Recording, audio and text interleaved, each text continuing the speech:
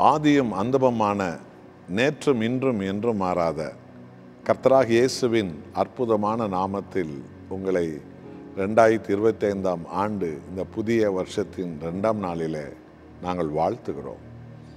யோவேல் 2ஆம் அதிகாரம் 25ஆம் வசனத்தில் கடைசி வசனத்தை நான் வாசிக்கிறேன். ஆவியானவர் நம்மோடு கூட அவர் பேசுகிறார். பட்சித்த வருஷங்களின் விளைவை உங்களுக்கு நான் திரும்பவும் தருவேன். அல்லேலூயா. 90ஆம் சங்கீதத்தில் 15வது வசனத்தை பாருங்கள். தேவனே, நாங்கள் துன்பத்தை கண்ட வருஷங்களின் பலனை எனக்கு திரும்பவும் தாரும்.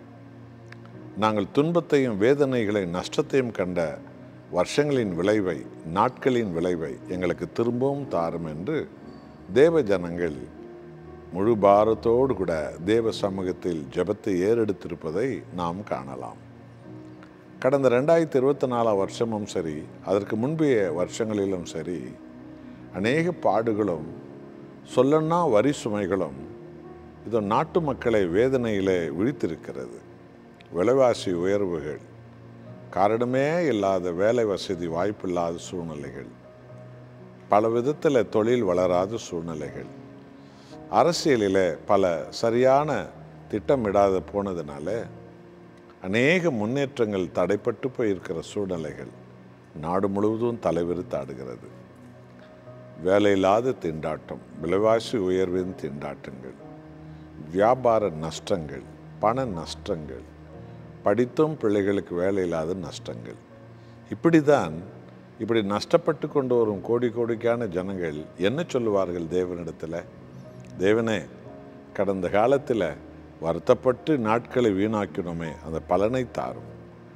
நாங்கள் பாடுபட்டும் பலன் இல்லாமல் நாங்கள் நாட்களை வருஷங்களை வீணாக்கினோமே, அந்த பலனை தாரும் என்று கேட்பார்கள். இதைத்தான் நீங்கள் யோவேல் 2ஆம் அதிகாரம் 25ஆம் வசனத்தின் கடைசி வார்த்தையில் நம் கர்த்தர் சொல்லுகிறார். உன் வாழ்க்கையில் பலவிதமான நஷ்டங்களும் கஷ்டங்களும் போராட்டங்களும் தடைகளும் நீ நஷ்டப்பட்டு இழந்து போன அநேக நன்மைகள் உண்டு, அநேக ஆசீர்வாதங்கள் உண்டு. நிலபுல ஆசீர்வாதங்கள் வராமல் போனது, திருமண ஆசீர்வாதங்கள் நடக்காமல் போனது, பலவிதமான வேலை வசதி வாய்ப்புகள் ஆசீர்வாதம் இல்லாமல் போனது, ஊழியங்களிலே பல சபைகள் வளராமல் ஜனக்கூட்டம்லாம் சிதறிப்போன நிலைமைகள் கூட இருந்திருக்கலாம்.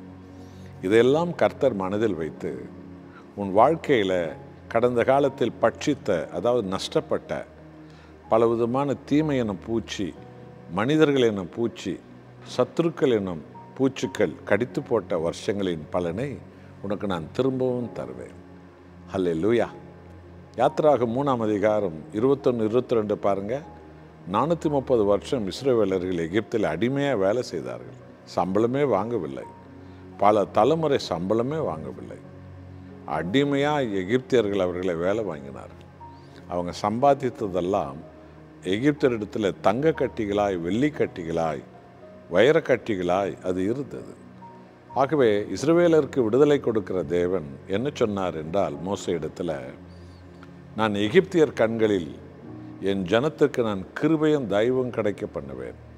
அதனால் நீங்கள் விடுதலை பெற்று பாலும் தேனோட தேசத்துக்கு போவதற்கு முன்பு நீங்கள் வாழ்ந்த அந்த எகிப்திய ஜனங்களிடத்தில் தங்க நகைகளையும் வெள்ளி நகைகளையும், வெள்ளி பாத்திரங்களையும், தங்க ஒட்டியான்கள், தங்க வளையல்கள், தங்க செயின்கள், தங்க நெக்லஸ் என்று சொல்லி எல்லாவற்றையும் நீங்கள் அவரிடத்தில் கேட்டு வாங்குங்கள். என் ஜனம் இந்த தேசத்திலிருந்து வெறுமையாய் போவதில்லை. அவர்கள் இழந்த வருஷங்களின் பலனை அவர்களுக்கு திரும்பவும் தருவேன் என்று சொல்லி தேவனாகிய கர்த்தர் அதை கொடுத்துத்தான் அவர்களை நடத்தினார். அன்பானவர்களே, இந்த 2025ஆம் வருஷம் 2024 நீங்கள் இழந்து போன சகல நிலபுலன்களையும், சகல சமாதானத்தையும், பொருளாதாரத்தையும், சந்தோஷத்தையும், உடல் சுகத்தையும், சகல பிள்ளைகளை இழந்து தாறுமாறாய் போனார்கள், அவர்கள் எல்லாரும் மனம் திரும்பி வரும் காலங்களை இந்த 2025 தேவன் உங்களுக்கு திரும்பவும் தருவார்.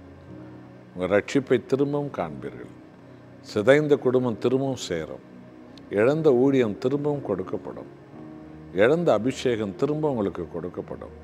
நீங்கள் நாம் செய்ய வேண்டியது ஒன்றே ஒன்று, நம்மையே ஜீவ பலியாய், பரிசுத்த பலியாய், திரும்பவும் எல்லாவற்றையும் கொடுக்கிற கர்த்தராகிய இயேசுவின் கைகளில் நம்மை அர்ப்பணிப்போம். ஜெப வீரர்களாய் மாறுவோம். வேத வசனத்தை விசுவாசத்து நடக்கிறவர்களாய் மாறுவோம். உங்களை ஏமாற்றிய அத்தனை சத்துருக்கள் இருந்து சகலவத்தையும் கர்த்தராகிய இயேசு உங்களுக்கு பிடுங்கி கொடுப்பார். வருஷத்தின் பலனை நீ திரும்பவும் காண்பாய். நீங்கள் பெற்றுக்கொள்வீர்கள். விசுவாசமாயிருங்கள். கர்த்தர் சமூகத்தை தேடுங்கள். எல்லாம் உங்களை தேடி வரும். நீங்கள் மேன்மை அடைவீர்கள். ஜெபிப்போமா?